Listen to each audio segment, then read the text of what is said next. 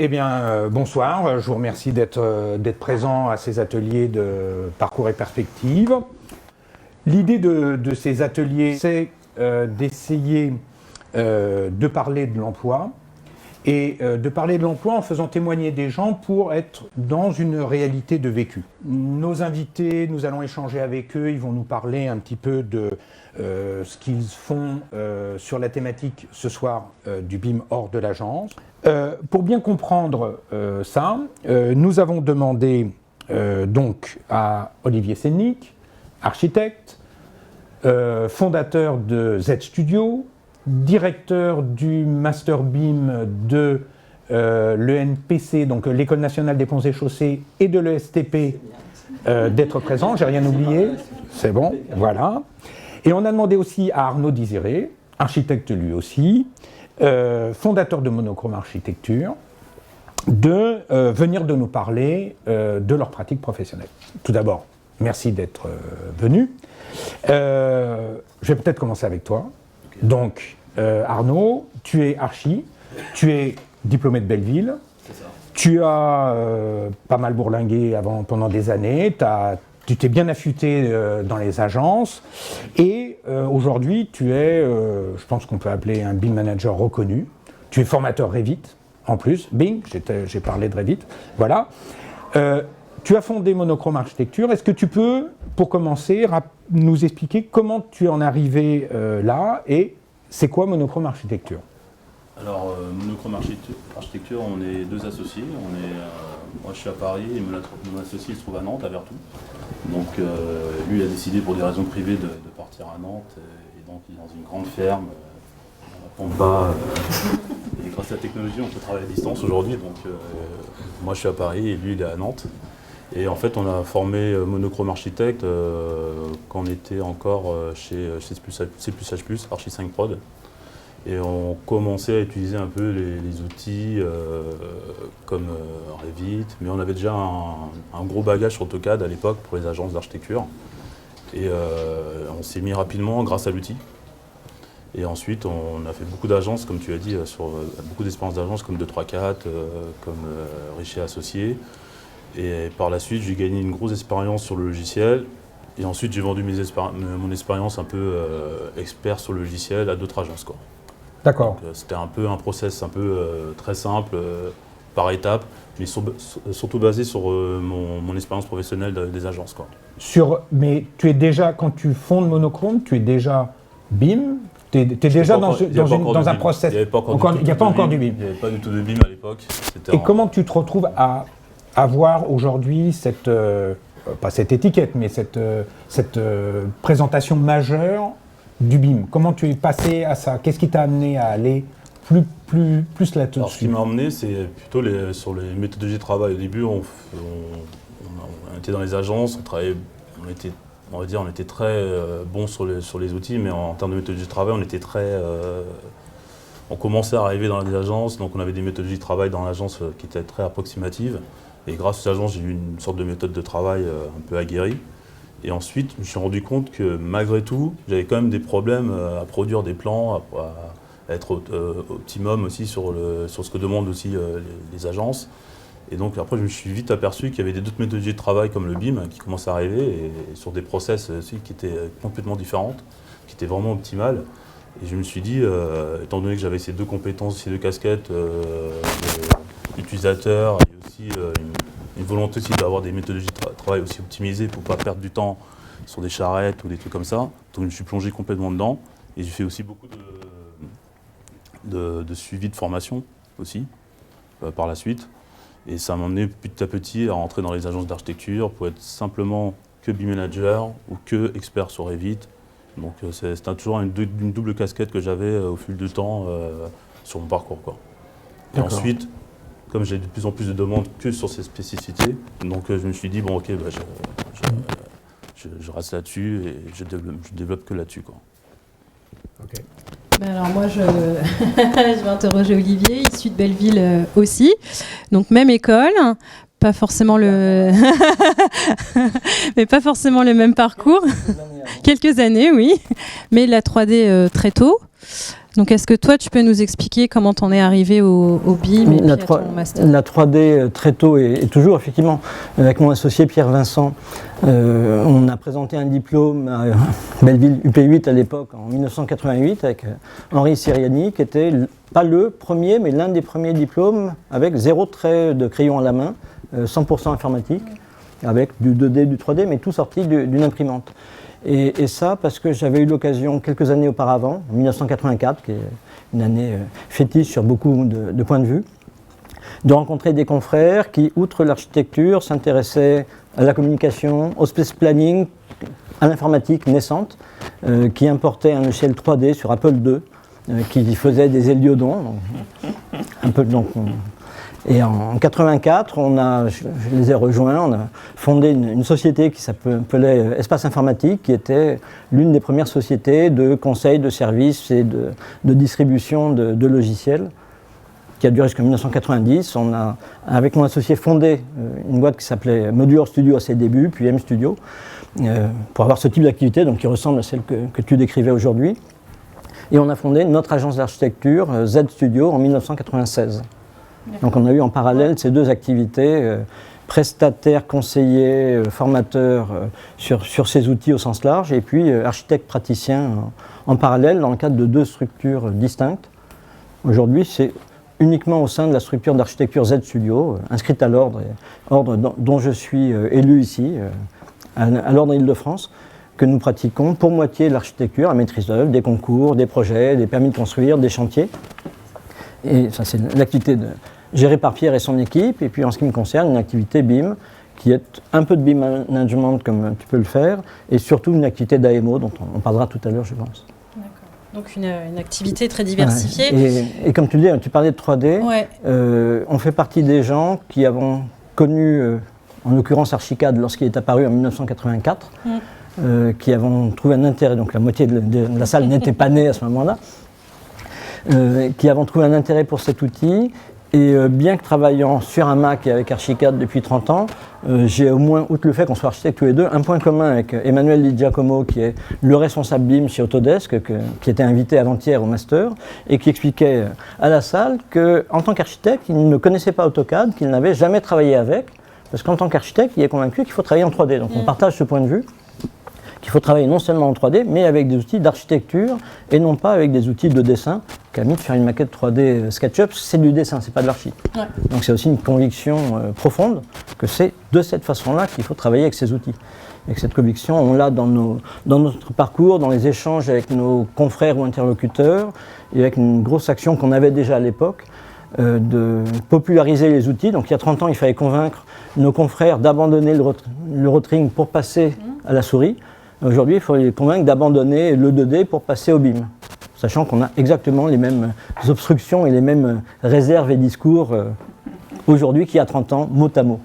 D'où le master pour justement un peu ouvrir ces champs. Alors, effectivement. Ouais. Donc, ce qui m'a amené, comme certains, à enseigner en école d'architecture, ça depuis les années 90, à enseigner le monde numérique, les outils de maquette numérique, et à faire partie de ceux qui se sont réunis en 2013 pour se dire qu'on n'arrivait pas à faire réellement ce qu'on souhaitait dans les écoles ni d'archi ni d'ingé, ni au sein des écoles et encore moins les faire travailler ensemble, et qu'il y a eu une opportunité à travers des programmes de formation à distance de mettre en place ce master spécialisé BIM, lancé, comme tu disais Laurent, par l'école des Ponts, l'USTP, 3 écoles d'archi, d'autres partenaires, pour amener des professionnels, on en a certains dans la salle que je salue, à se connaître, à passer une année et à travailler ensemble autour de la maquette et surtout dans une approche collaborative. Ouais. C'était quoi l'objectif que vous vous étiez fixé quand vous avez créé ce master? Et une fois quand tu auras répondu à ça, est-ce que tu peux aussi nous dire, est-ce que vous avez atteint ces objectifs? C'est peut-être un peu tôt, ça fait 5 ans. Bon, ok. Où est-ce que vous en êtes de ça? L'objectif, c'était de réunir des professionnels représentant tous les milieux de la construction, pas seulement du bâtiment, puisque c'est master spécialisé bâtiment et infrastructure. Donc on a une partie de personnes qui sont dans le monde des infras, des ouvrages linéaires, à l'échelle du territoire, de les réunir, de les amener à se connaître, à travailler ensemble, à travers des outils autour de maquettes, mais pas que. donc d'avoir une espèce d'arche de Noé depuis 5 ans dans lesquelles on a des archis, à peu près 30%, des ingénieurs, moitié, des ingénieurs spécialisés, au contraire généralistes, qui bossent dans des bureaux d'études de maîtrise d'œuvre, côté entreprise, consultants, et puis des gens qui sont géomètres, qui sont bureaux de contrôle, qui sont maîtres d'ouvrage, qui font de la communication, qui sont industriels du bâtiment, qui sont entreprises de construction. Et ça, au fil des ans, ce panel s'élargit et se densifie. Donc cet objectif qui était de réunir ce monde, ça se passe. Ils étaient 36 la première année, ils sont 75 à quasiment 80 depuis. Un panel très large. On va de 22 à 57, 58 ans. La moyenne d'âge est autour de 35, donc c'est essentiellement des professionnels en exercice qui se connaissent, qui se découvrent et se connaissent pendant un an, à l'occasion de projets, en travaillant sur des maquettes, mais en travaillant surtout sur des objectifs de construction, de bâtiments, de développement de projets, grâce à ces outils et à ces techniques. L'autre objectif qu'on nous a donné au départ, puisqu'on a eu la chance d'être la première formation organisée et assez ambitieuse sur le sujet, à l'époque on disait c'était de construire une école de pensée du BIM à la française. Tout ça, ça naissait. Les outils, donc, comme je l'ai dit, ils existaient depuis 30 ans déjà. Le BIM en tant que tel, ça fait peut-être une petite dizaine d'années qu'on en parlait. Et de se dire, il y a besoin de constituer un corpus de connaissances, de références. Encore aujourd'hui, les façons de faire, le vocabulaire n'est pas stabilisé. On est un peu plus modeste que de dire une école de pensée du BIM à la française, mais au moins de bâtir une culture commune et de faire en sorte que tous les gens qui sont là et qui sont autour de nous partagent une certaine façon de pratiquer la chose qui se veut à la fois assez ambitieuse mais aussi très pragmatique, pas focalisée sur les outils mais sur ce qu'on en fait. Et ça on peut se dire qu'on l'a relativement atteint parce que quand on voit autour de nous, alors il y a bien sûr des brillantes exceptions comme on en voit ici, dans beaucoup d'occasions où on parle de BIM, des nombreux projets qu'on voit autour de nous, des gens qui parlent dans des conférences, qui écrivent dans des journaux, qui gagnent des BIM d'or ou d'autres, de près ou de loin, et surtout de très près, ils étaient au Master BIM, soit dans la salle, soit sur la scène selon les cas. Donc on a vraiment l'impression qu'une bonne partie de ce qui se fait aujourd'hui dans le cadre du BIM en France et un peu au-delà, dans les organisations professionnelles, au sein du PTNB, dans les écrits qui restent, y compris jusqu'à la normalisation, c'est fait en partie autour de ce master et à travers les gens qui y sont. D'accord, donc tu veux dire que l'idée de base, c'était fédérer des gens, créer une culture commune. Oui. Est-ce qu'il y avait autre chose? Philosophie aussi. Oui, c'est ça, c'est cette philosophie de se dire un projet, ça doit se faire dans ce mode-là. Ouais, parce qu'au début, c'est vrai que quand on ne parlait pas trop de BIM, il y a des gens qui étaient anti-BIM pour le BIM. Et c'est vrai que créer une sorte de communauté qui allait dans le même sens, travailler dans le même sens, avoir la même philosophie, c'était assez compliqué au tout début, quoi. Parce qu'il y avait beaucoup de sceptiques, il y a beaucoup de gens qui disaient que ça ne servait à rien, c'est pas la culture française, c'est plutôt anglo-saxon, c'est quoi ces éditeurs de logiciels qui viennent mettre quelque chose. Vous ce n'est que des gros projets. C'est que des gros projets. Moi je fais des salles de bain en BIM, jusqu'au centre commercial. Je fais le grand écart à chaque fois, donc je fais des petits projets, parce que c'est une philosophie, une méthodologie de travail qu'on a au sein de l'agence, quoi. C'est-à-dire que même mon associé, il n'est pas forcément un BIM manager, il est architecte vraiment 100%, on va dire. Les outils, pour lui, c'est quelque chose en deuxième position. C'est-à-dire que lui, il a plutôt une politique du projet, une politique aussi d'organisation aussi d'un projet d'architectural. Mais aller dans le sens de cette méthodologie de travail, pour lui, c'est une évidence aussi, quoi. Donc c'est quelque chose où tout le monde va venir au fur et à mesure. Et selon vous, du coup, cet objectif de la philosophie commune BIM, il est atteint ou il y a encore du travail là, sur le sujet? Ça commence à l'être, puisqu'on voit que ça fait tache d'huile d'une certaine façon. Ouais. D'une part, qu'effectivement, travailler de cette façon avec ces outils, ça fonctionne. Qu'on arrive, je pense que toi aussi, à convaincre les réfractaires, ou à se dire tous ceux dont tu parles et qu'on fréquente aussi beaucoup, y compris dans cette salle lorsqu'on donne des conférences BIM, qui sont des sceptiques ou des réfractaires en général, c'est parce qu'ils ne savent pas ce que c'est, qu'ils n'ont pas essayé, qu'ils ont tout bêtement peur du changement. Donc au sein du Master BIM, on parle d'outils, de méthodes, mais aussi de conduite du changement, de prendre conscience que dire aux gens on va vous changer d'outil, de façon de faire, parfois de rôle et de position, ça déstabilise et qu'on peut le craindre, et qu'il faut le comprendre et l'accompagner, mais que ça fonctionne. Ouais. On a tous les jours, parce qu'à travers les projets qu'on mène dans nos agences ou qu'on supervise pour le compte d'autres maîtres d'œuvre ou architectes, tout ça, ça fonctionne. Ces outils, travailler en maquette numérique, c'est évident, et pour moi, ça fait maintenant, on a dit 2004, donc ça va faire 35 ans que c'est évident qu'il est plus intelligent et plus efficace de travailler en maquette numérique que de dessiner un plan dans un coin, une façade dans un autre et une perce dans un troisième, puis de faire un tableau de surface avec une calculatrice. Ça, c'est évident, les preuves sont là tous les jours, que c'est évident que échanger ces données au sein d'une équipe projet, c'est comme ça qu'il faut bosser, c'est pas chacun seul dans son coin, mais qu'un projet c'est une équipe, et qu'une équipe doit travailler ensemble sur des mêmes objectifs, avec des mêmes ressources, que ce soit l'équipe de maîtrise d'œuvre ou par extension l'équipe avec du projet, avec le maître d'ouvrage et les entreprises. Bon, bah, du coup, on va revenir un peu aux intervenants et aux interlocuteurs, enfin les personnes à qui vous avez affaire dans vos missions BIM. Je pense qu'il serait intéressant un peu de détailler le type de mission et surtout qui vous avez en face de vous, quels sont les profils auxquels vous avez affaire, parce que c'est pas forcément des archis, pas forcément des BIM managers non plus, donc qui vous demande quoi en fait? Alors, moi, c'est un peu divers, parce que moi, je travaille beaucoup avec les archives, puisque je suis architecte, donc j'ai un réseau aussi de collègues. Aussi, on est tous architectes ici. Ah, d'accord. Tous des futurs clients. Ou concurrents. Aux concurrents. Non, mais c'est des collaborateurs. Donc je travaille beaucoup avec les archives, mais ça m'arrive aussi de travailler avec des bureaux d'études. Et en général, lorsqu'on m'appelle, c'est le directeur du projet qui m'appelle parce qu'il a une difficulté justement sur un sujet, parce que éventuellement il y a un projet BIM qui est intervenu du jour au lendemain dans le processus du projet. Donc des fois on m'appelle un peu en urgence. Ou sinon, parfois aussi, ça peut être aussi des personnes qui commencent à créer des logiciels et qui demandent des conseils en tant qu'architecte, pour savoir si leur solution peut être un peu viable pour le monde du bâtiment. Tu es consultant sur des futurs logiciels d'architecte aussi. D'accord. Ouais. Des fois, ça reste formel, mais c'est pas forcément avec des contrats sur des choses, mais c'est des choses où ça porte à discussion, surtout dans les salons. On rencontre tellement de personnes, des professionnels diverses.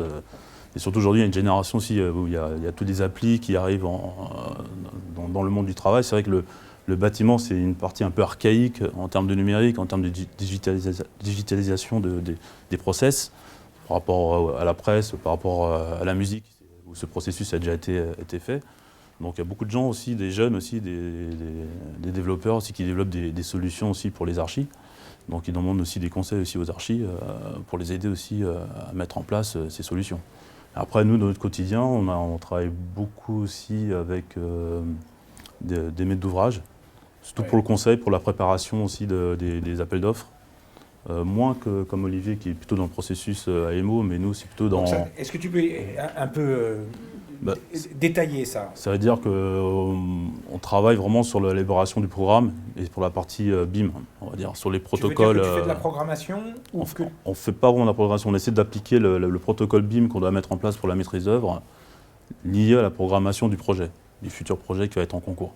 Donc on est un peu conseil en fait, pour savoir pour les objectifs, les orientations de BIM management. Mais des fois on s'arrête que la partie programmation. Parce que je pense qu'Olivier va un peu plus loin dans le processus, puisqu'il accompagne le projet un peu plus loin jusqu'au bout, jusqu'à la livraison du projet, quoi. Donc en fait, c'est souvent des maîtres d'ouvrage qui commencent à se mettre dans le BIM. Tu sais ce qui les amène à se mettre dans le BIM? Ils y sont venus comment? Alors c'est bizarre parce que moi j'étais persuadé que tout le monde était infusé dedans. Parce que moi quand on m'appelle en général c'est que pour du BIM, que pour répondre à des appels d'offres BIM. Et la dernière fois j'étais dans une conférence, on était chez Allplan je crois. Et c'est vrai qu'on a eu une grande surprise, il me disait que la plupart des appels d'offres en concours ne sont toujours pas en BIM du tout, et la plupart des maîtres d'ouvrage ne sont pas vraiment forcément au courant de cette philosophie BIM. Ils connaissent le mot, mais sans savoir ce que c'est. Voilà, il n'y en a pas du tout aussi. La dernière fois, j'étais à Nantes aussi, des promoteurs, ils me disent c'est quoi ça? Pourquoi vous me proposez ça? Ça sert à quoi? Je dis bon, c'est pas grave, peut-être me le rappeler dans 3 mois, dans 3 ans. Donc c'est des choses aussi qui on est un peu surpris, parce que c'est vrai que nous on a un peu le nez dedans, mais on n'a pas forcément des fois la vision extérieure de ce qui se passe dans le monde du bâtiment. Total, on va dire. Mais c'est vrai que moi je pensais déjà c'était déjà assez mis en place par différents acteurs du bâtiment, quoi. Quand on s'est vu pour préparer cette soirée, tu m'as dit aussi, tu nous as dit que tu étais aussi, par exemple, appelé par des entreprises générales. Oui, les entreprises générales. Pourquoi elles t'appellent? Alors les entreprises générales, c'est un peu plus particulier elle parce t'appelle que... Dans quelle phase elle t'appelle Alors en général, elle m'appelle, c'est lorsque je suis un peu BIM manager déjà de l'opération. Donc, et parfois, ils sont embêtés parce qu'ils n'ont personne qui les aide. C'est vrai que dans toutes les entreprises générales, les BET, je pense que ça va plus ou moins, les archis, ça commence à devenir un peu un process qui est un peu plus généralisé, que ça commence. Mais les entreprises générales, il y a vraiment un vrai fossé et ils ont besoin vraiment de personnes qui les aident, des gens soit compétents de métier, soit des architectes, soit des bureaux d'études qui les aident à rentrer dans ce processus BIM, quoi. Et c'est vrai que au début, j'étais un peu réticent parce que je ne connaissais pas trop le monde de constructeurs d'entreprises qui était quand même un monde qui a un rapport économique qui n'est pas le même qu'un archi. Hein. Des fois, il y a des petits conflits on le voit sur le chantier. Mais parfois, la vision d'un architecte, ça les rassure aussi.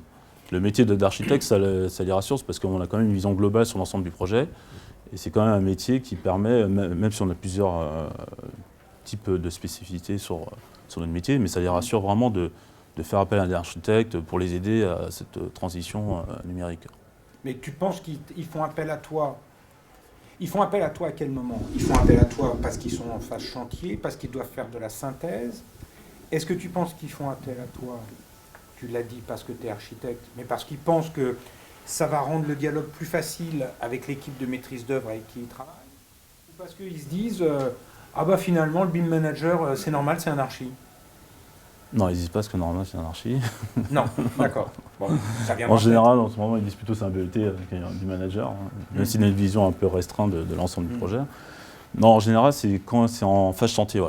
Parce qu'en synthèse, il y a déjà des grosses équipes de synthèse pour les gros projets en BIM, mais en phase chantier, c'est vrai que tout le monde se pose la question, même les maîtres d'œuvre se posent la question, est-ce que l'entreprise saura faire du BIM?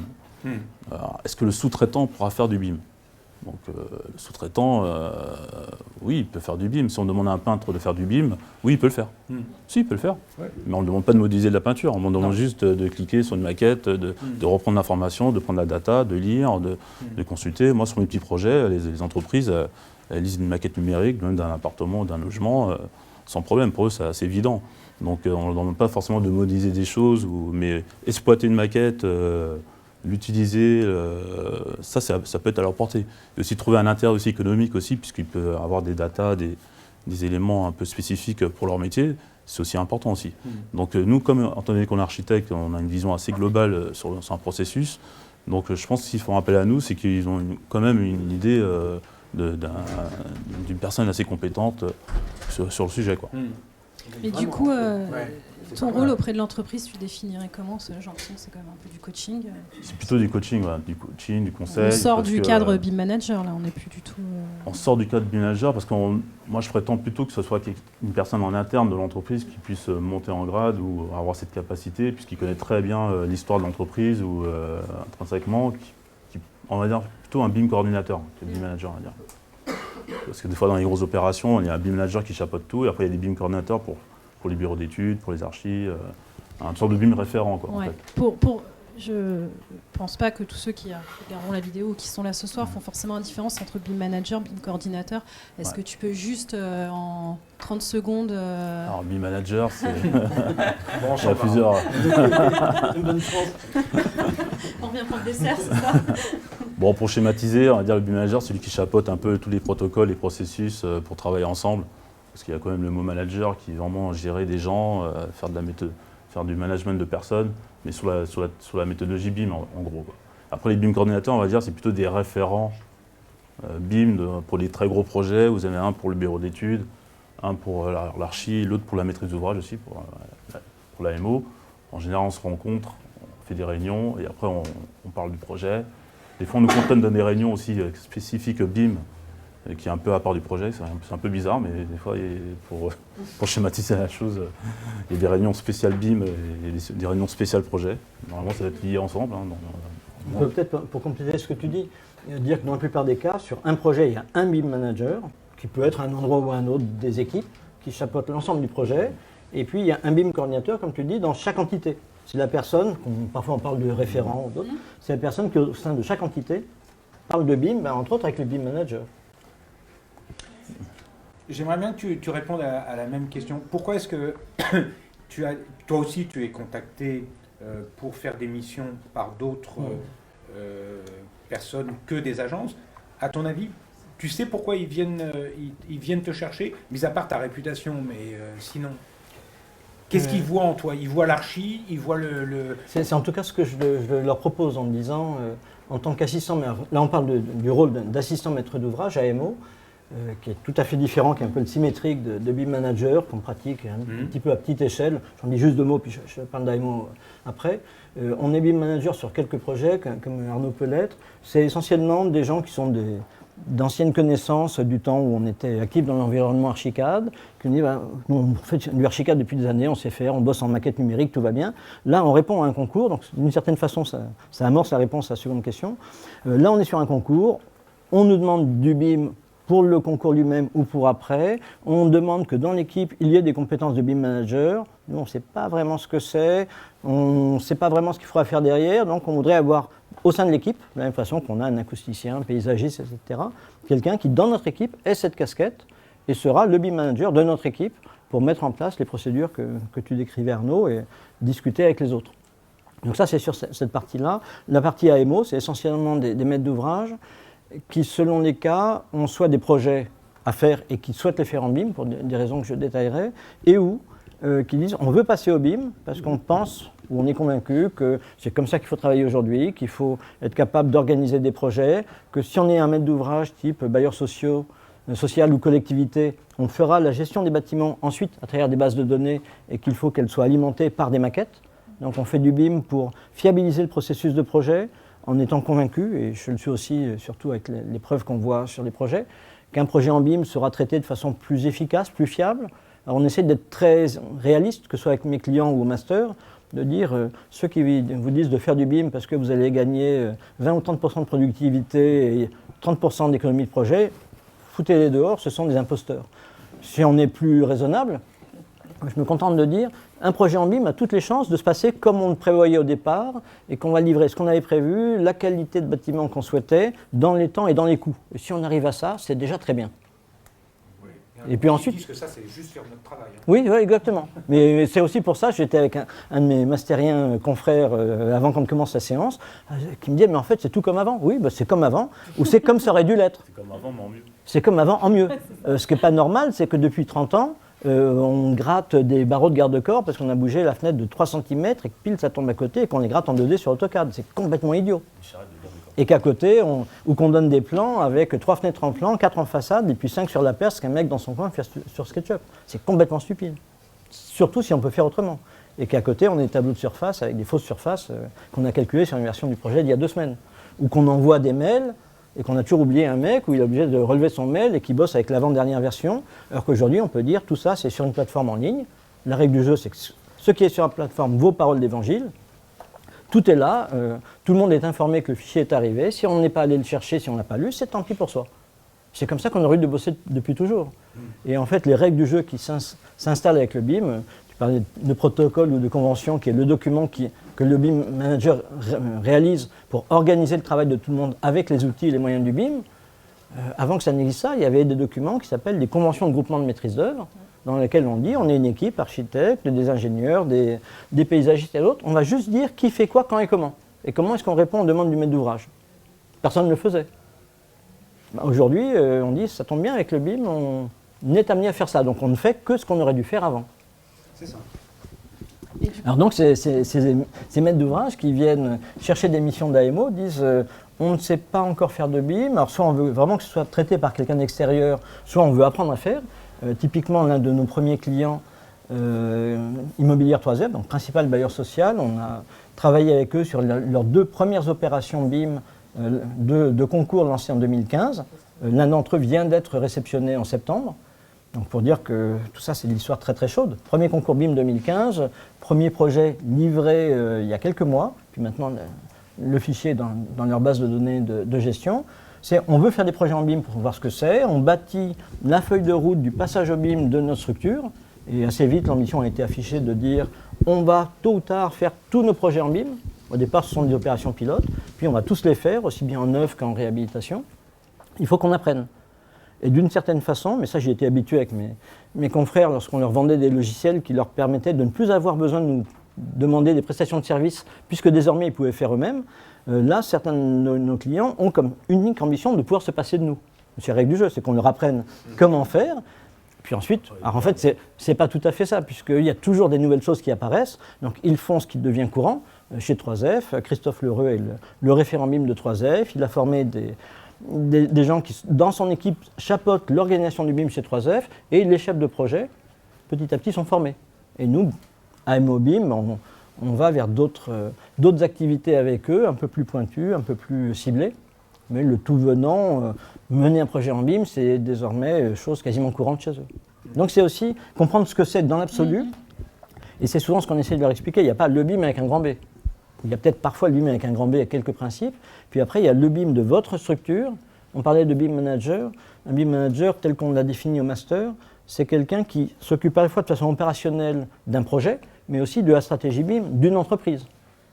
Comment est-ce que moi, agence d'archi, bureau d'études ou maître d'ouvrage, je vais développer une activité, ou je vais plutôt développer mon activité à l'heure du BIM, avec des outils, avec des procédures, et ainsi de suite, avec des intervenants, et je vais organiser la politique sur plusieurs années de la boîte. Ça aussi, c'est le rôle d'un BIM manager interne à une boîte stratégique, et non pas opérationnelle. Et d'ailleurs, toi, tu nous disais que dans ton travail, tu estimais qu'il y avait un besoin d'être toujours up-to-date sur les dernières choses sorties. Ça faisait partie de ton travail, comme vient de le raconter. En fait, oui, c'est ça en fait, parce que comme ça change, les méthodologies ne changent pas tout le temps, mais c'est vrai que dans un process en ce moment qui est toujours en continu, il y a beaucoup de choses qui changent aussi au niveau des logiciels, des méthodes de travail, comment on travaille, le côté collaboratif. Mais non, aujourd'hui, c'est vrai que moi aujourd'hui je travaille avec mon associé qui est à Nantes. Il y a peut-être 5 ans, je n'aurais pas pu le faire, puisque j'étais obligé de prendre un local. Donc tout ça, ça change les méthodes de travail aussi. Donc c'est pas que l'archi, hein, c'est aussi tout le monde. Maintenant il y a plein de bars, coworking, avec du multipli, avec des petites lampes. Donc il y en a partout aujourd'hui. Donc la façon de travailler aussi a changé aussi. Mais c'est une part importante de ton travail, de te maintenir à niveau. Est-ce que tu as l'impression... C'est important, ouais. C'est important parce que c'est comme une formation continue. C'est-à-dire que moi j'ai suivi les conférences d'Olivier tous les mercredis avec Pierre-Emmanuel. Donc j'apprenais plein de choses. Après j'ai appris plein de choses aussi avec Emmanuel Giacomo qui faisait ses conférences aussi. Donc c'est même dans les conférences et même dans les salons archi aussi, on apprend plein de choses, des industriels. Est-ce que vous avez l'impression que ça se stabilise un peu? Ce qui se stabilise, c'est en tout cas un peu le vocabulaire.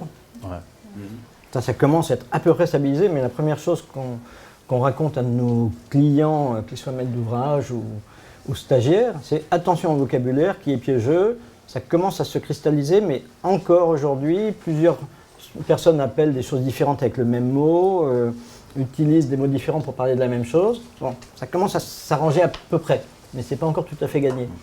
Et puis dans la notion de ce qu'est le BIM ou de ce qu'il n'est pas, ça aussi, ça commence à être un peu plus clair, du moins pour certains. De se dire, c'est pas de la 3D ou ce n'est pas que de la 3D et à vite pas forcément. De se dire, l'aspect collaboratif compte davantage que l'aspect numérique, technologique, maquette. En plus, maintenant, on parle d'intelligence artificielle aussi, donc on parle aussi de data scientist, pas mal de choses maintenant qui commencent à venir dans le bâtiment. Donc le BIM, je pense qu'il va évoluer un peu, plus ou moins, il ne va pas disparaître, mais il va évoluer sur une... Je pense qu'on va plus gratter, qu'il y aura de l'intelligence artificielle qui fera les projets à notre place. Non, c'est ça que tu nous annonces? Non, on va quand même gratter un tout petit peu. On va gratter un petit peu, ok. Mais bon, ça sera un accompagnement en fait, ça sera une aide. Ça sera une aide sur de les toute tâches façon, un peu... le BIM, c'est un des aspects de la numérisation de la société et des professions, dans lequel il y a plein d'autres choses. On va faire ici, fin février, une journée du numérique, ici, organisée à l'ordre. À la limite, on a presque dit on ne va pas écrire BIM, ou il y a peut-être écrit une fois BIM sur le programme où on va parler de tous les aspects de la numérisation. Et effectivement, exactement ce que tu dis, le fait de pouvoir dire maintenant on peut travailler à distance et les archis qui sont éclatés peuvent se rassembler avec un vrai associé ou avec d'autres structures et avoir une certaine force de travail qu'on peut proposer à nos clients ou à nos partenaires grâce à ces outils numériques à distance, c'est ça qui compte et qui va structurer la profession. C'est pas inhérent au BIM pour pouvoir le rentabiliser que d'être associé? Vous pouvez répéter la question? Ouais. Est-ce qu'un architecte seul dans son coin, c'est un peu ce qu'on avait le sentiment le mois dernier quand on parlait avec Jacob, à savoir qu'il faut quand même une certaine échelle de production pour pouvoir faire ça. Toi, tu nous as dit, moi, même la salle de bain, je la fais... Non, mais je te dis ça parce que moi, je vois des architectes en province qui n'utilisent pas AutoCAD, ni Revit, ni Archicad, ils utilisent Architect 3D. Et ils font tout leur PC, leur permis de construire, et tout est en 3D. Je ne sais pas, si vous allez chez Ikea, vous faites votre cuisine en 3D, ça fait le prix, on sait combien il y en a en stock. Pour moi, c'est un logiciel BIM, plus, mais pour la cuisine. Ah oui. Mais aujourd'hui, demain, Des fois, qui tu me dit fais que... peur. non, mais c'est possible. Demain, attendez qu'il y a beaucoup d'applis en ce moment, que ça Ouais, va très ouais. vite. Demain, quelqu'un dans son garage, il fait un nouveau Revit, un nouveau Archicad. On ne sait pas, ça va tellement très vite. C'est pour ça qu'on parle de veille technologique, parce que ça va du jour au lendemain. Aujourd'hui, on peut avoir son propre logiciel, on va dire avec des gros développeurs derrière, peut-être, ou pas. Parce que c'est tellement simple de faire des applis, tellement simple de faire des choses maintenant qu'aujourd'hui, ça peut être un logiciel qui pose des murs, mais beaucoup plus facile que Archicad ou Autodesk ou Revit. Donc, nous, c'est vrai qu'on est un peu au début, parce qu'Olivier avait Archicad et moi j'ai vu un peu Revit. Voilà. Mais je sais que dans le futur, je pense que peut-être il y en aura plein de logiciels. Ça m'étonnerait qu'il n'y en aura qu'un, qu'il restera qu'un. Je pense qu'il y aura. Il faut l'espérer en tout cas. Justement, vous parlez de tous ces logiciels, on parle du BIM, de la collaboration. Est-ce que ça vous arrive déjà aussi d'intervenir au niveau de groupements qui n'utilisent pas forcément tous le même logiciel et est-ce que la collaboration BIM à ce moment-là, elle se passe vraiment sans accroc? Enfin, est-ce qu'on arrive à... Parce que du coup, voilà, plein de logiciels, ok, mais après la collaboration, il faut qu'elle se fasse. C'est un problème de langage. Si tout le monde parle des langues différentes, c'est un peu plus compliqué de travailler si tout le monde parle une seule langue. Donc après, on arrive à travailler ensemble, mais c'est plus compliqué. Mais du coup, est-ce que certains parlent d'une sorte de charte un peu nationale Aussi, ouais. Qu'est-ce que tu en penses? Enfin, qu'est-ce que vous en pensez? On parle beaucoup d'OpenBIM, après, mais l'OpenBIM, c'est pas forcément ta question, en fait. C'est parce que l'OpenBIM, c'est un peu une résultante de ce qu'on va produire, parce que chacun a un peu à son intelligence pour la conception. Donc c'est un peu ce que je disais, c'est que si jamais chacun d'entre vous avait son propre logiciel d'archi, on va se poser des questions. Comment on fait pour travailler ensemble? Parce que c'est un peu ce qui arrive en ce moment. Il y avait Word, maintenant il y a Google qui fait son Word, tout le monde. Après il y a des logiciels qui permettent de s'entendre, mais c'est quelque chose qui n'est pas fermé, quoi. C'est pas. On parlait des évolutions. Une chose qui commence à peu près à être claire aujourd'hui, c'est que le BIM, ce n'est pas aujourd'hui, ça sera peut-être jamais ou pas beaucoup, une maquette unique sur un serveur sur lequel tout le monde bosse. Alors ça, c'était le mythe, c'était le rêve pour certains, le cauchemar absolu pour d'autres. De toute façon, ça n'existe pas, et ça n'existera sans doute pas, sauf dans quelques rares contextes. Donc partant de là, on a tous des outils, on a chacun une mission particulière à faire, on est chacun garant d'un rôle, on a des responsabilités qui doivent être tranchées par rapport aux autres. Et dire on travaille avec nos outils, mais en bonne intelligence et en étant capable de les échanger, de les permuter avec ceux des autres, c'est bien. Tu parles de Google, quand on mesure à quel point c'est déjà compliqué d'écrire à 3 un texte sur Google Doc en ligne, imaginez faire une maquette de 10 000 m² à distance, c'est ingérable. Ou du moins, sauf à un niveau de culture et de maîtrise très fort. Ça m'intéresse parce que là tu reviens sur l'humain et sur les gens qui pratiquent. Tu pourrais nous parler un petit peu de ton public au master? C'est qui ces gens? Tu nous as dit là quand on s'est vu qu'il y avait seulement 30% des inscrits qui étaient des architectes. Oui. Et seulement 10% venaient des entreprises d'architecture. Oui, c'est ça, il y a 30%. Donc, oui. Donc du coup... Alors les autres, c'est... Le reste, là, on va parler des... C'est intéressant parce que moi, ce qui m'intéresse là-dedans, c'est de savoir que ces gens-là sont formés au BIM. Ça veut dire que ce sont des futurs interlocuteurs potentiels. Voilà, oui, c'est ça, exactement. Et si on est ici entre architectes à la maison d'architecture, donc effectivement, 30% du public du master au fil des ans sont des gens archi, diplômés. Comme tu l'as rappelé, 10% sont en entreprise d'architecture. D'ailleurs, ce n'est pas tous les mêmes. Hier, je discutais en allant à l'école des Ponts avec le BIM manager d'une grosse agence de Clermont-Ferrand qui est ingénieur. On a eu il y a quelques années le BIM manager en train de monter en puissance d'une petite agence de la région Rhône-Alpes qui était un économiste. Pour dire que ce n'est pas forcément des archis, et que aussi bien il y a des archis BIMeurs à l'extérieur des agences et des gens qui font du BIM dans les agences d'archis qui ne sont pas forcément des archis eux-mêmes. Et ça peut être fécond d'avoir des regards un peu différents, un peu croisés. Mais les archis qui sont au Master BIM, et qui certains sont dans des gros bureaux d'études, sont dans des entreprises, sont chez des maîtres d'ouvrage, qu'ils soient responsables d'opération, on a des gens qui sont passés par le Master BIM, qui sont responsables d'opération chez Bouygues Immobilier par exemple, qui sont architectes. On avait l'an dernier un colonel de l'armée qui est architecte. qui fait partie du corps des archis de l'armée, qui gère la construction de leurs bâtiments neufs et surtout la gestion de leurs bâtiments existants. Je crois, sauf erreur, ils doivent posséder 40% du patrimoine des bâtiments publics, c'est l'armée. Donc ça fait un certain nombre de bâtiments à entretenir et à gérer, je ne sais pas. Donc qui est venu au master pour développer la compétence et faire en sorte que lui et ses confrères, haut gradés, développent cette stratégie désormais pour gérer le patrimoine de la défense. Et puis des tas d'autres qui sont des gens qui font de la communication, donc un public aussi varié que le sont les archis, et ce que tu sais mieux que moi. Non, je voulais juste savoir, moi, une fois qu'ils ont leur master en poche, j'aimerais bien savoir, est-ce qu'ils restent à leur poste, est-ce qu'ils évoluent, qu'est-ce qu'ils recherchent en fait avec ce master?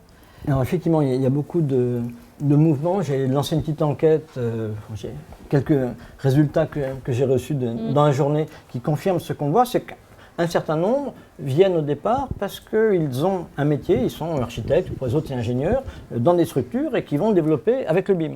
Il y a besoin de connaître ces outils, ces méthodes, il y a besoin éventuellement de pouvoir revendiquer le rôle de BIM manager au sein de l'agence d'archi et sans aller chercher des gens comme nous. Dommage pour nous, mais de le faire, donc les outils, les méthodes, les plateformes, les conventions, etc.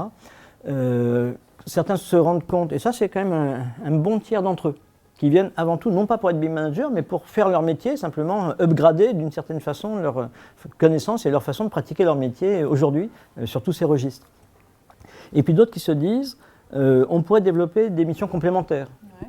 Alors déjà des missions de maîtrise d'œuvre. Je suis archi sur un projet, mon client veut une base de données pour la gestion de patrimoine, je peux la lui proposer à partir de la maquette.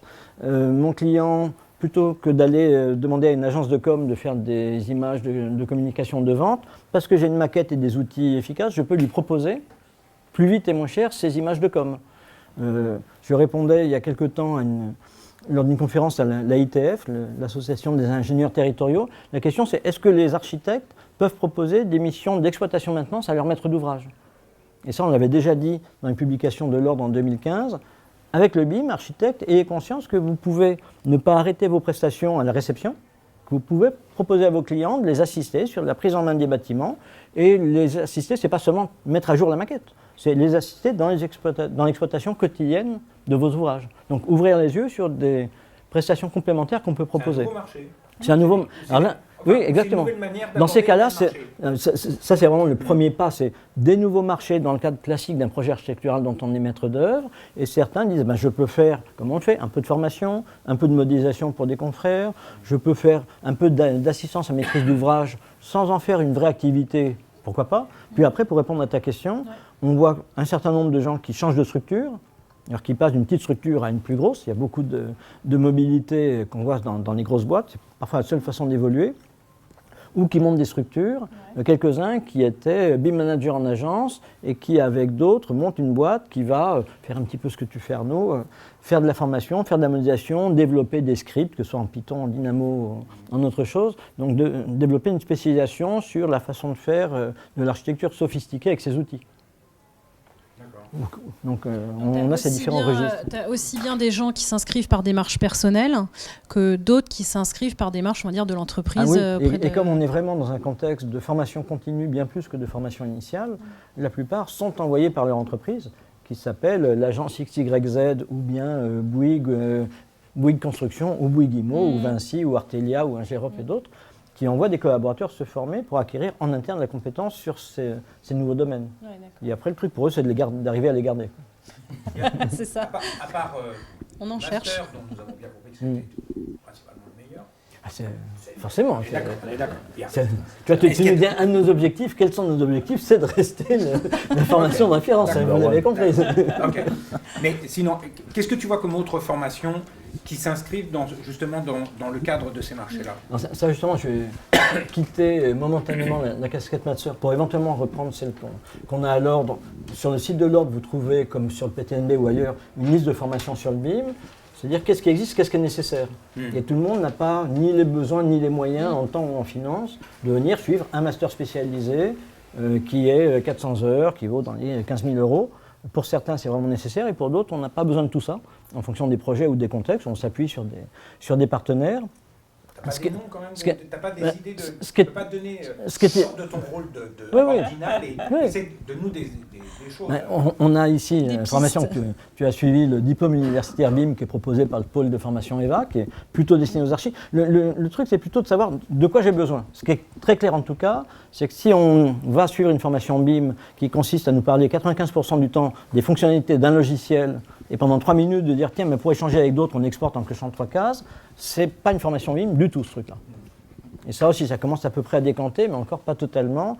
Et on croit que le BIM, c'est savoir utiliser tel ou tel logiciel pour faire un peu comme tout le monde. Après, d'autres choses se mettent en place qui sont des séances de sensibilisation. Moi, j'anime parfois des séances d'une journée de sensibilisation pour essayer de couvrir tous les aspects, dire quels sont les tenants et aboutissants du BIM, pour déjà être capable de comprendre, d'aller chercher les bons interlocuteurs, d'avoir le vocabulaire, de ne pas trop se tromper sur des procédures, sur des méthodes, sur des ordres de grandeur financiers. Les ateliers ici servent. Les ateliers servent entre autres à ça. Donc parfois on voit des formations très spécialisées sur comment établir une convention BIM, comment faire un chantier en BIM, comment faire de la réhab. Donc en fonction des besoins, ça peut être assez pertinent. L'un des trucs, c'est de se dire, est-ce qu'il faut venir, que ce soit au master ou sur d'autres formations plus courtes. Pont Formation Conseil propose une formation qui s'appelle chef de projet BIM, qui en 90 heures est un peu plus orientée sur la maîtrise d'ouvrage, mais pas que. Le STP a une formation qui est plus orientée outils, le projet en BIM. Donc là, c'est plus de la manipulation d'outils et de la découverte des procédures BIM en pratiquant un projet.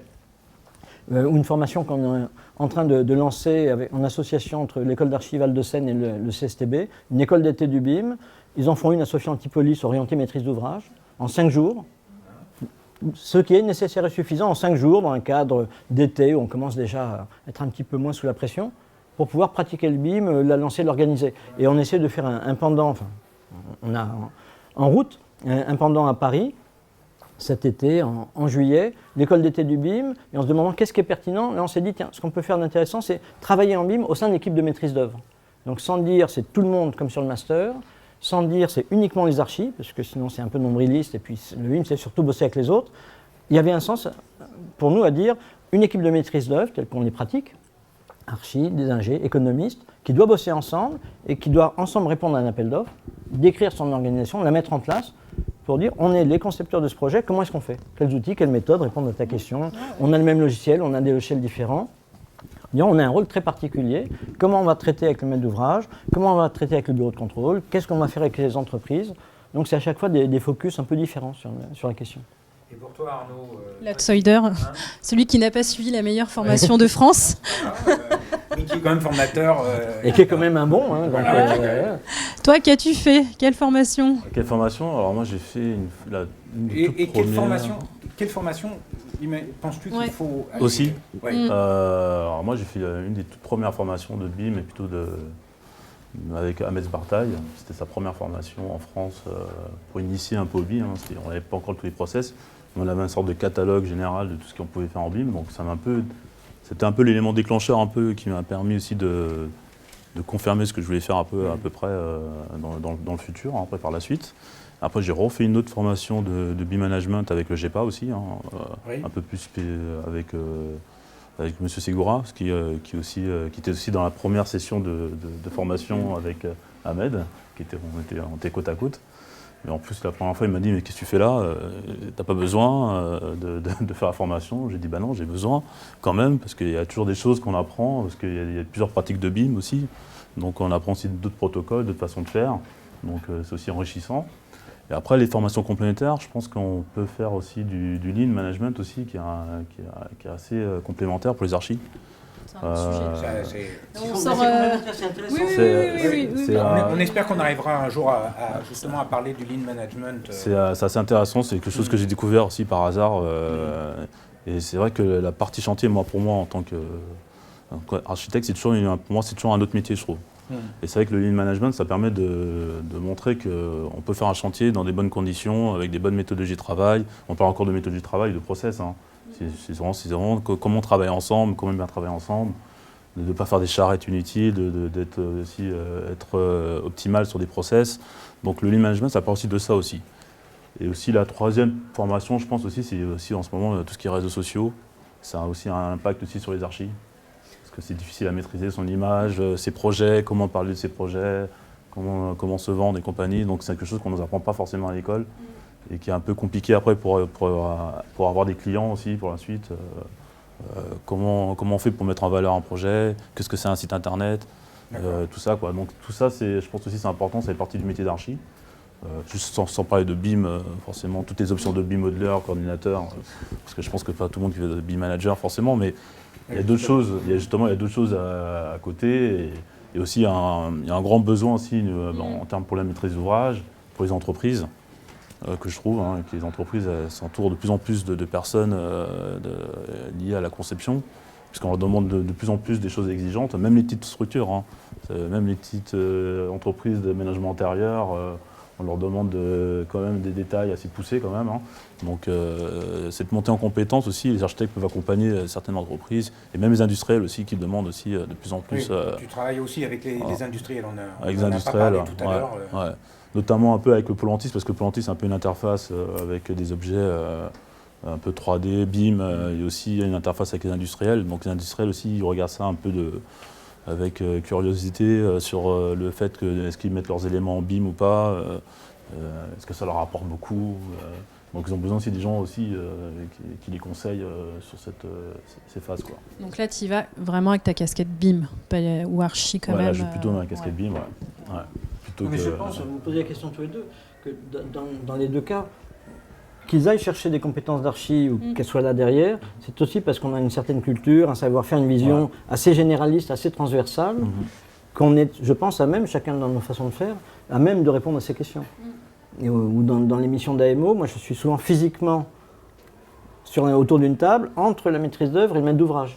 Et je traduis d'une certaine façon, je suis plus même si je suis mandaté par la maîtrise d'ouvrage, je suis plutôt un go-between, un facilitateur, comme on dit, un animateur, un arbitre parfois, d'essayer de tirer les uns, de pousser les autres, de ne pas aller trop loin, trop vite, mais d'y aller quand même. Et on sent aussi une évolution qui est une demande sûrement de sortir un peu de ces clivages, parfois AMO, BIM Manager, bien que ce soit maintenant stabilisé. Et dire, on voudrait quelqu'un qui s'occupe de façon globale sur le projet, d'animer tout ça, de mettre de l'huile dans les rouages. Et l'archi a une bonne figure pour ça. On a ce rôle. Un projet, c'est une équipe. Un architecte est très généralement travaille en équipe de maîtrise d'œuvre. On est généralement le mandataire, le capitaine de l'équipe. Et le BIM, c'est un peu les outils et les méthodes pour faire ce travail. Donc on revient. C'est les moyens de tenir notre rôle usuel, très souvent, de capitaine d'une équipe qui travaille sur un projet avec d'autres interlocuteurs. On arrive presque à la fin, là. Il y avait... parce que tu parles des BIM managers, nous on est confrontés à Archibat à une sorte de très très très gros leitmotiv récurrent justement sur la demande du BIM manager.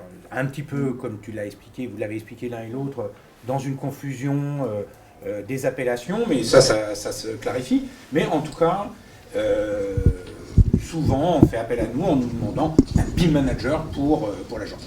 Est-ce que vous pensez que, de votre point de vue, ce poste de BIM manager a une pérennité au sein de l'agence? Est-ce que c'est quelque chose que vous avez le sentiment, alors je ne vous demande pas de tirer je veux simplement votre avis sur le sujet. Est-ce que vous pensez que c'est quelque chose qui va rester?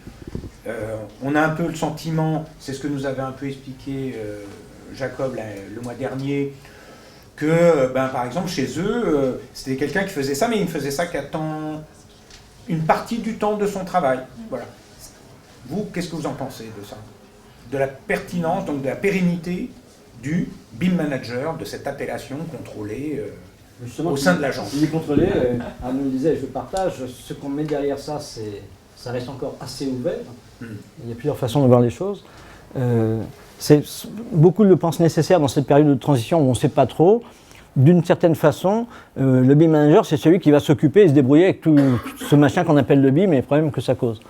Et puis après, on n'a pas évoqué, mais dans les échanges ou les discussions, c'est est-ce que ce fameux BIM manager et quelques autres, est-ce que c'est un métier ou un rôle? Est-ce que c'est des gens qui sont spécialement formés et qui font que ça tout le temps, ou qui ont un rôle, qui vont avoir ce rôle, mais de la même façon que dans mon agence, il y a peut-être quelqu'un qui répond au téléphone, il ne passe pas la journée à ça, mais c'est lui qui, lorsque ça sonne, répond, lui ou elle.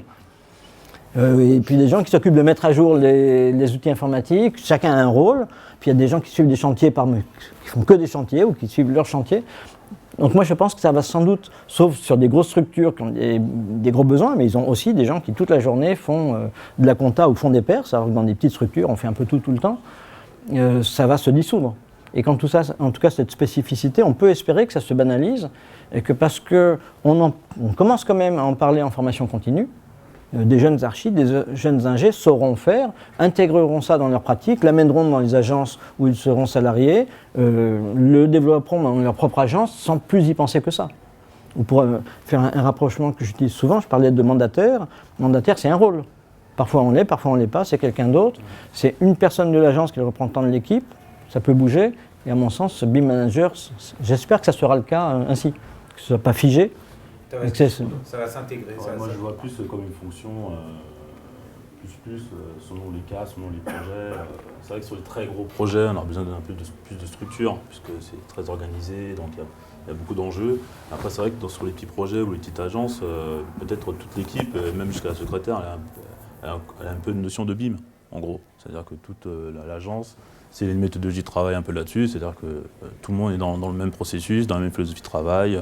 On ne se pose pas la question de prendre un BIM manager ou pas. Donc, chacun aura un peu cette compétence. Oui, ça sera quelque chose qui va... Puis il y aura toujours quelqu'un qui sera plus pointu parce que ça l'intéresse ou qui a besoin. Et c'est le cas aujourd'hui. Même sur AutoCAD ou sur Photoshop, il y a des gens qui savent faire 3 bricoles et puis il y en a un qui est plus pointu que les autres. C'est ça. Parce qu'il sait le faire et puis qu'on en a besoin et c'est lui qui fera la super perce pour le super concours. Mais pour faire une insertion pour un permis de construire banal, tout le monde sait à peu près le faire honnêtement.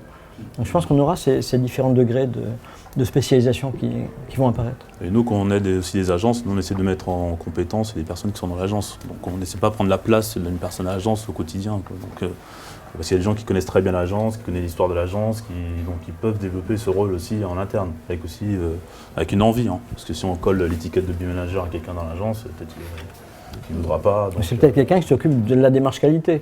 Là aussi, retour au basique ou au management de l'information. Et que ce soit sur gérer la bonne information qu'on met sur un CERFA ou un CERFA en ligne de main ou le BIM, c'est la même histoire.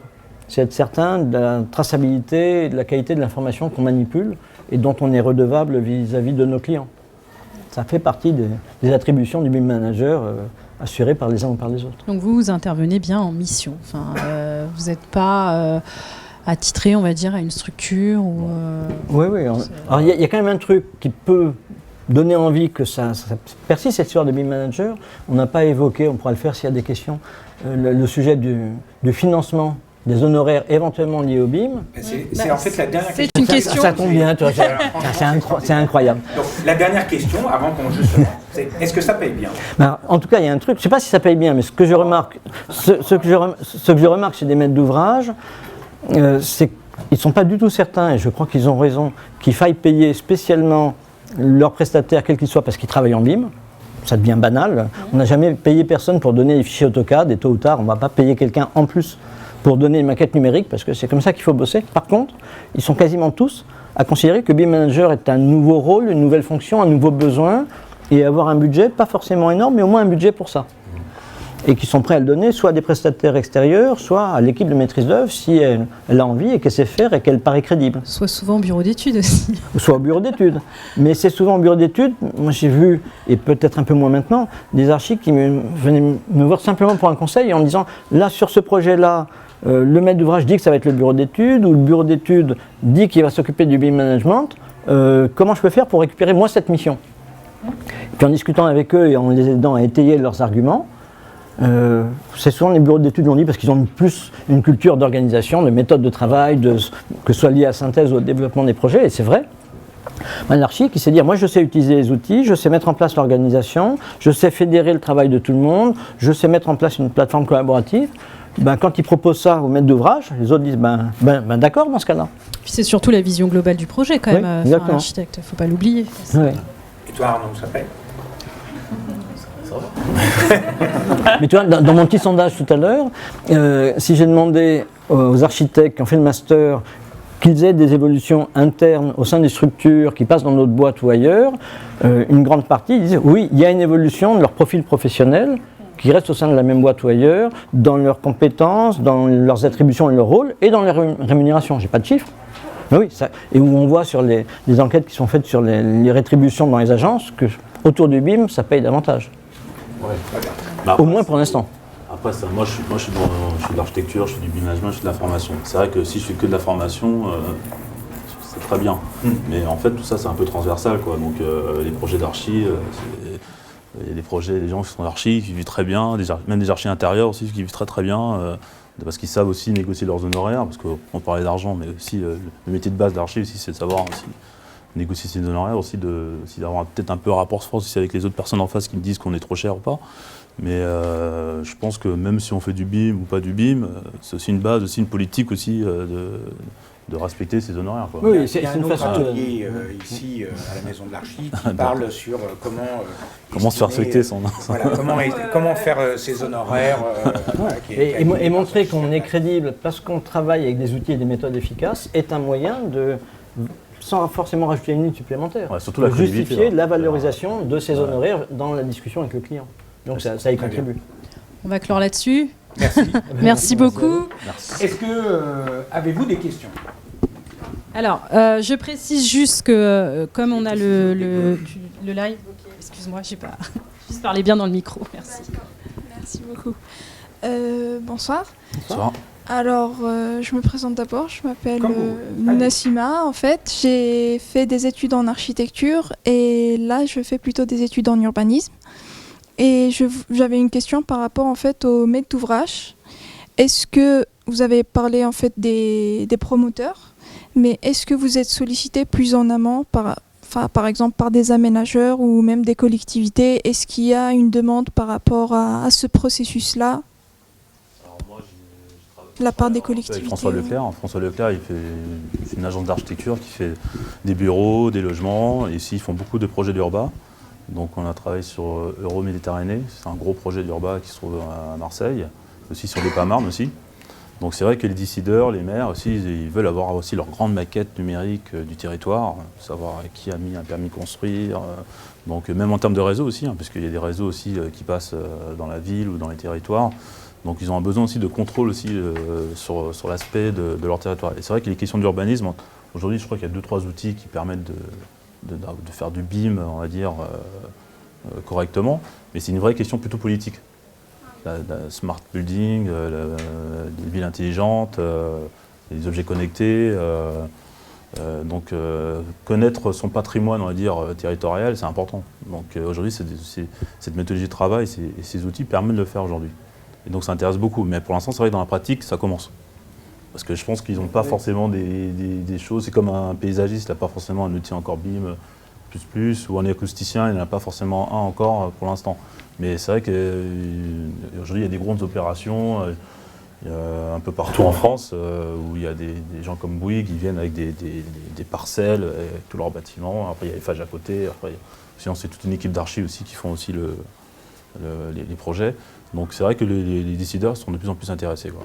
Effectivement, les aménageurs, qu'on cite Paris de la Défense à l'ouest, qui gère son territoire, qui va commencer à le gérer petit à petit dans un croisement de SIG et de BIM, ou à l'est, comme tu en parlais, EPAMARN, qui est l'un des acteurs importants. Et dans les évolutions du master, c'est d'ailleurs perceptible, depuis 2 ou 3 ans, il y a une montée en puissance côté territoire.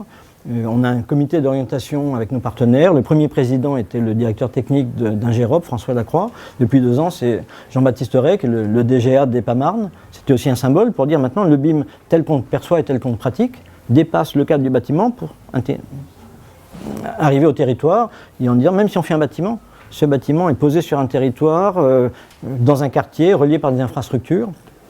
Il y a réellement cette demande. Et même si aujourd'hui des architectes qui travaillent, comme c'est notre cas l'un et l'autre, sur des projets qui sont sur le territoire de l'EPAMARN, si on est amené à faire du BIM, si notre maître d'ouvrage, que ce soit des bailleurs sociaux, des promoteurs le demandent, certains c'est pour leurs besoins propres, parce qu'ils vont gérer un logement social ou vendre des logements privés avec des produits dérivés du BIM, mais aussi parce que l'aménageur leur a dit « je te donne le terrain, si tu mènes ton opération en BIM », ce qui garantit la qualité, les délais, les typologies d'habitants qui vont venir là, et si ensuite tu peux me donner la maquette d'une opération, et commence maintenant à faire de la maîtrise d'œuvre urbaine en BIM.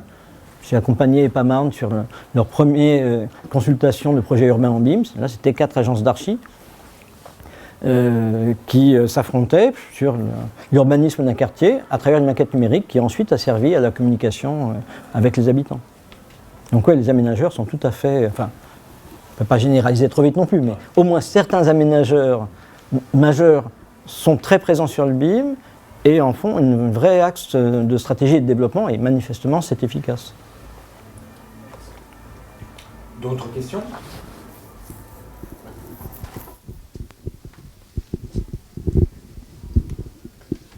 Oui, bonsoir. On sent que la notion de BIM manager a un contour assez flou finalement. Est-ce que il y a comment on peut certifier les compétences en fait autour du BIM? Par exemple, si on est une agence, si on veut dire on sait faire du BIM, par exemple notamment pour les appels d'offres ou publics qui demandent des agences qui savent faire du BIM. Donc comment on fait? Est-ce qu'il y a des certifications, des organismes qui certifient tout ça? Et est-ce que l'ordre fait quelque chose ou est-ce qu'il y a une... Effectivement, au nom de l'ordre, l'ordre et quelques autres organisations professionnelles sont par principe opposées à des certifications de personnes. Et en disant la certification, ça sert surtout à faire vivre les organismes certificateurs et ça ne certifie pas grand-chose. Souhaitent, sur ce registre-là, comme sur d'autres, que ce soit la qualité de la profession qui soit reconnue à travers son diplôme. Donc faire en sorte que dans quelques années, quelqu'un qui est architecte parce qu'il est diplômé d'école inscrit à l'ordre aura eu dans son cursus une formation sur le BIM et qui sera compétent sur le sujet. Aujourd'hui, moi quand je suis à EMO et que tout en amont, on aide des maîtres d'ouvrage à identifier ou à nous exprimer sur les candidatures d'équipes pour dire lesquelles sauront faire du BIM, heureusement ce n'est pas ça qui est décisif, ni dans le choix des candidatures, ni même dans le choix du projet, mais à deux équipes égales, s'il y a une volonté BIM, ils vont peut-être pencher de ce côté-là. Comment vous faites pour évaluer justement cette compétence en tant qu'AMO? Alors, exactement. On a eu à faire ça pour la première fois il y a 2 ans. Oui, mais un dossier, souvent, il y a juste un petit texte. Il n'y a pas de réel questionnaire. Alors, je ne sais pas dire si quand ils donnent une belle leçon telle qu'on peut les prodiguer, est-ce qu'ils le connaissent vraiment, est-ce qu'ils ont habilement copié quelque part ce qu'il fallait. Ça, je ne sais pas toujours le dire, mais je sais en tout cas détecter, c'est comme ça que j'ai agi. Qu'un architecte qui dirait « moi je suis super bon en BIM » et qui dans son dossier BIM de qualification de BIM ne donne que la plaquette de son bureau d'études, je me dis c'est déjà mal barré s'il prétend lui être le BIM manager de l'équipe. Qui dit c'est le bureau d'études qui s'en occupe, pourquoi pas. Celui qui dirait « je suis super bon en BIM parce que ça fait 20 ans que je fais mes projets en 3D avec Archicad, Autoplan ou autre chose », qui ne parle pas d'autre chose, il ne fait pas du BIM ce monsieur, il fait de la maquette numérique.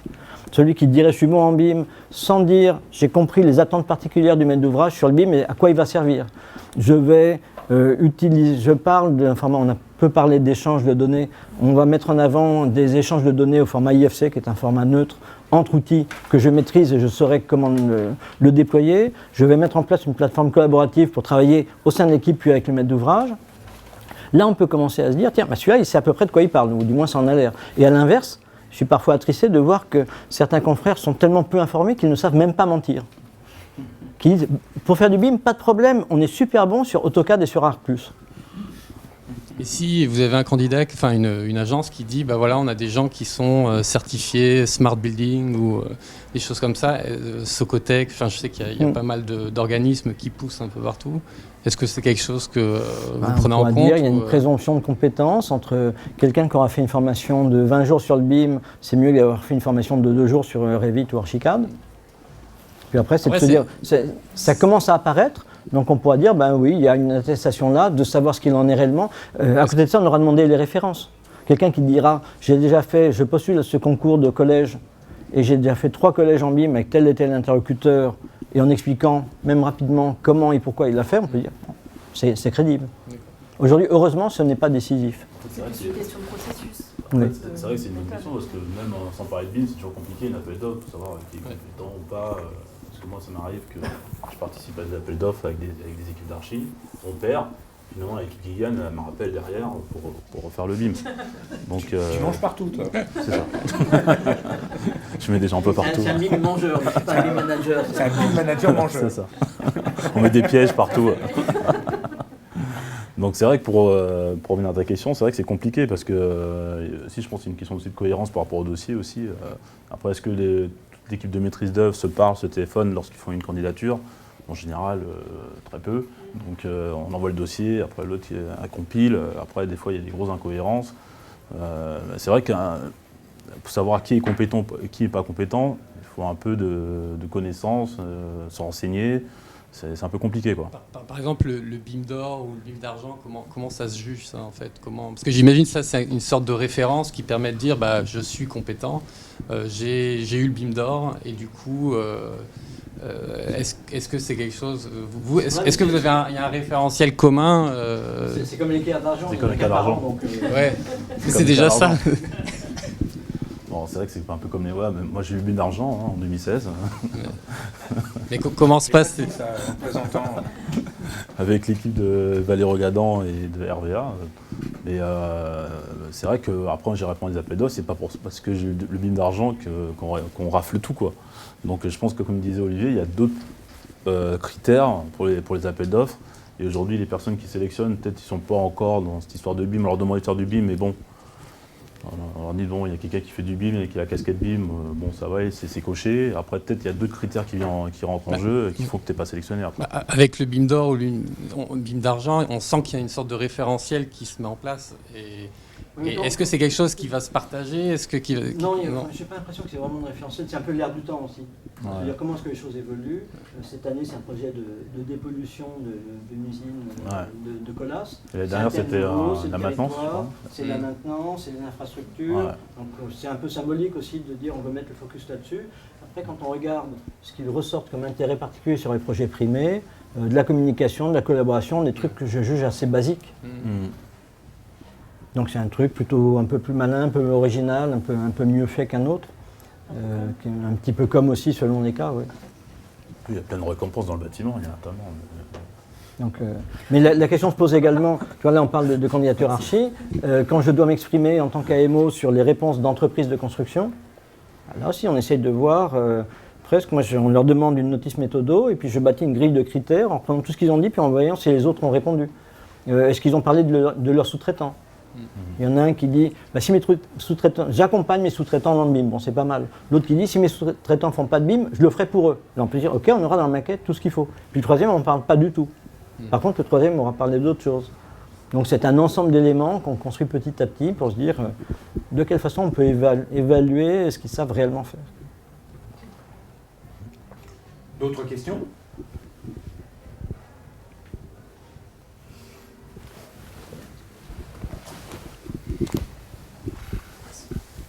Bonjour.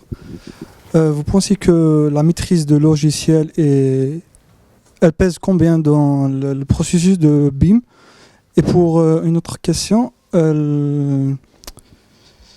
Autodesk et les autres créateurs de logiciels, ils monopolisent le marché de production des logiciels. Et ça a une influence par rapport aux gens qui vont apprendre ces nouvelles technologies. Vous ne pensez pas que faire des logiciels open source comme dans d'autres disciplines, ce sera un révélateur du BIM? Chacun nous répond, je pense. Open source, c'est des outils tellement lourds et compliqués que je ne sais pas si des gens indépendants arriveraient à faire quelque chose qui tient la route, à part un petit outil pour faire des petits projets. Ce qui compte, c'est qu'on reste libre de choisir nos outils pour des questions d'échange, d'affinité, de performance, donc qu'il y ait une offre assez variée pour qu'on puisse choisir celui qui nous convient. L'apprentissage peut aller de quelques jours à quelques semaines. Il y a une formule dont on ne sait plus qui d'entre nous l'a inventée, parce qu'on a tous redite, et qu'on donne au master. Le BIM, c'est 20% de technique, 80% d'humain. 20% de technique, c'est logiciel, format de fichier, plateforme et compagnie. Pour dire, c'est très secondaire. Cela dit, si on n'a pas ces 20% de technique, le reste n'existe pas. Et c'était il y a peut-être 2 ans, lors des présentations de leur projet d'atelier, un des candidats du master a dit « Je sais bien que la doctrine officielle, c'est 20%, 80%. En vrai, on est quand même, il y a tellement de guerres techniques qu'on est encore malheureusement à 50-50. » Donc ça me nuise. Mais pour dire qu'un logiciel, ça se maîtrise en quelques semaines, on va dire. Plus ou moins de semaines selon les gens. Et après, on passe à autre chose. Et en coût, là aussi, on peut trouver sur le site de l'Ordre un document sur le coût du BIM. Un équipement BIM pour un poste de travail, ça coûte l'équivalent de 300 € par mois, grosso modo. Donc à l'échelle d'un collaborateur dans une agence, c'est vraiment pas grand-chose. Si on a un financement et une fois qu'on est passé en vitesse de croisière. Donc on a encore aujourd'hui une relative liberté de choix, peut-être plus chez les archis que dans d'autres métiers, une offre assez large, très variée, ne serait-ce même que chez Autodesk, entre un Revit LT à quelques dizaines d'euros par mois ou la suite complète, on a le choix selon ses besoins, chez les autres éditeurs également. Donc le jeu est assez ouvert et on pourrait espérer des logiciels open source, mais moi j'y crois pas. Et toi, tu penses par contre que ça va se développer des petites applis ponctuelles Moi je pense que ça... alors que ces logiciels sont tous là à nous raconter qu'ils font tout. Ouais. Toi, tu penses qu'ils font pas tout? Si, ils font tout, mais par exemple pour un acousticien ou peut-être un paysagiste, il aura peut-être besoin d'avoir son propre logiciel aussi un jour pour parler avec d'autres personnes. Même pour produire aussi ce qu'il produit dans son métier, quoi. Donc open source, peut-être pas forcément open source, mais des vrais logiciels qui commencent à... Parce que même en Asie, ils commencent aussi à réfléchir sur leur propre logiciel de conception aussi à eux. Donc c'est différent, parce qu'aujourd'hui, c'est vrai qu'on arrive vite à communiquer sur des nouvelles choses assez rapidement. C'est vrai que tout le monde est au courant. Si demain il y a un nouveau logiciel archi qui arrive, tout le monde est au courant. Donc on peut vite, c'est rare qu'on peut, même à titre de communication, on peut moins l'étouffer qu'avant. Donc aujourd'hui, c'est vrai qu'il y a une possibilité aujourd'hui un peu anarchique de logiciels open source, pas forcément open source, parce qu'open source c'est un peu léger, quoi, comme disait Olivier. C'est quand même des logiciels qui sont lourds, qui demandent aussi une responsabilité après sur ce qu'on construit derrière. Donc il faut quand même que ce soit des logiciels un peu certifiés, qui soient un peu professionnels. Parce qu'il y a la pérennité de l'informatique aussi du logiciel, du fichier. Aujourd'hui, DWG, il a traversé X temps. Après, on ne sait pas si le RVT va traverser des années par la suite. Peut-être qu'il va changer, il va évoluer. Mais aujourd'hui, c'est vrai que tout ce qui est un peu numérique et digital et logiciel, ça va très très vite. Donc on ne sait pas si c'est les trois acteurs, Louplan, Archicad et Revit, qui vont rester pendant 20 ans. Je ne sais pas dans 20 ans ce que je deviendrai. Pour jouer sur l'open source, du moins des solutions gratuites, ce n'est pas la même chose, ça peut être gratuit sans être open source. La première année, un groupe de cow-boys, qui étaient essentiellement des jeunes archis, ont dit « nous on veut faire du BIM low cost, low tech ». Et ils ont fait une démonstration de BIM, de dire je fais une extension sur un bâtiment, un immeuble existant, en travaillant avec SketchUp, Tekla BIMsite et Google Drive. Des trucs gratuits ou presque. Et ça marche, dans ce contexte-là. Donc en fonction de ses besoins, on peut dire on sait faire du BIM avec ça, on peut faire du BIM ou du pseudo-BIM avec SketchUp ou Rhino. On sait modéliser, on sait structurer de la donnée, on sait échanger en IFC. Donc on sait échanger des choses qui sont des murs, des portes, des escaliers, y compris avec ces outils-là. De toute façon, en agence, on n'est plus monologiciel. Enfin, je veux dire, ça n'existe plus. Quand tu vois un logiciel comme Revit, il est quasiment fini, puisqu'il y a maintenant il y a des API, il y a des plugins dans tous les sens qui ne sont pas intégrés dans Revit, qui sont intégrés chaque année. Une ou deux, à chaque fois, selon l'envie. Mais il y a plein de développeurs qui développent des choses à partir de Revit ou à partir d'Archicad pour faire évoluer le logiciel. Et après, Autodesk, ils le mettent dedans. Donc c'est pour ça que le logiciel est un peu fini. Donc c'est pour ça que dans demain, je ne sais pas quel logiciel va arriver. Peut-être un Revit AMO. Peut-être. Ou un on parle maîtrise d'ouvrage. Tout à l'heure, il y a des questions sur tout ce qui était urbanisme. Il y a aussi le team aussi qui commence à venir. Les gens qui parlent de tunnels, information model, sur la gestion des tunnels. Il y a aussi le démantèlement des usines nucléaires aussi, à partir du BIM aussi. Il y a des sujets aussi comme ça, on se pose la question.